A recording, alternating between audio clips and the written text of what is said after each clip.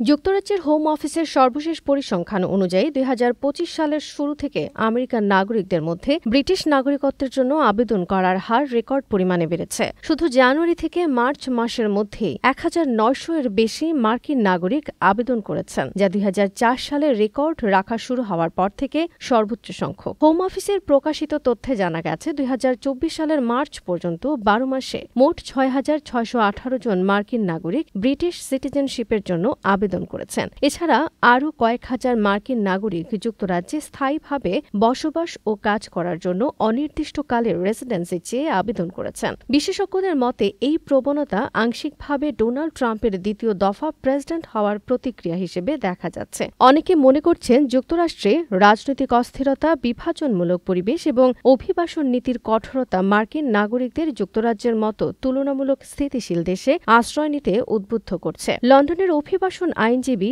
মোহনথান পরমেশ্বরন British সংবাদ মাধ্যমকে বলেন, নির্বাচনের পর এবং ট্রাম্প প্রশাসনের কিছু ঘোষণার পর আমেরিকানদের কাছ থেকে আমাদের কাছে আগ্রহ জানানো বেড়েছে। অনেকে ভাবছেন, আমি যদি যুক্তরাষ্ট্রে ফিরে না যেতে চাই তবে দ্বৈত নাগরিকত্বের সুযোগ নিতে পারি কিনা। লরা ডিভাইন ইমিগ্রেশন সংস্থার অংশীদার জিনা লুচাও বলেন, এই প্রবণতা শুধু আমেরিকানদের মধ্যেই নয়, বরং যুক্তরাষ্ট্রে বসবাসরত অন্যান্য দেশের অভিবাসীদের মধ্যেও লক্ষ্য করা যাচ্ছে। তিনি বলেন, অনেকে এখন কেবল নাগরিকত্ব নয়, বরং একেবারে স্থানান্তরের কথা ভাবছেন। তবে এই সংখ্যা বৃদ্ধির পেছনে শুধু রাজনৈতিক কারণে কাজ করছে না। ২০২৪ সালে মার্কিন নাগরিকদের মধ্যে ৫,৫২১টি সেটেলমেন্ট বা স্থায়ী বসবাসের আবেদন জমা পড়ে, যার বেশিরভাগই পারিবারিক সম্পর্কের ভিত্তিতে, যেমন স্বামী স্ত্রী কিংবা শিশুদের মাধ্যমে। বলা হচ্ছে, যুক্তরাজ্য সরকার যখন নাগরিকত্বের জন্য যোগ্যতার সময়সীমা ৫ বছর থেকে বাড়িয়ে ১০ বছর করেছে, তখন থেকে এই ধরনের আবেদন আরও বাড়ার সম্ভাবনা তৈরি হয়েছে। যদিও লেবার সরকারের কিছু রাজনৈতিক নেতারা ইঙ্গিত দিয়েছেন,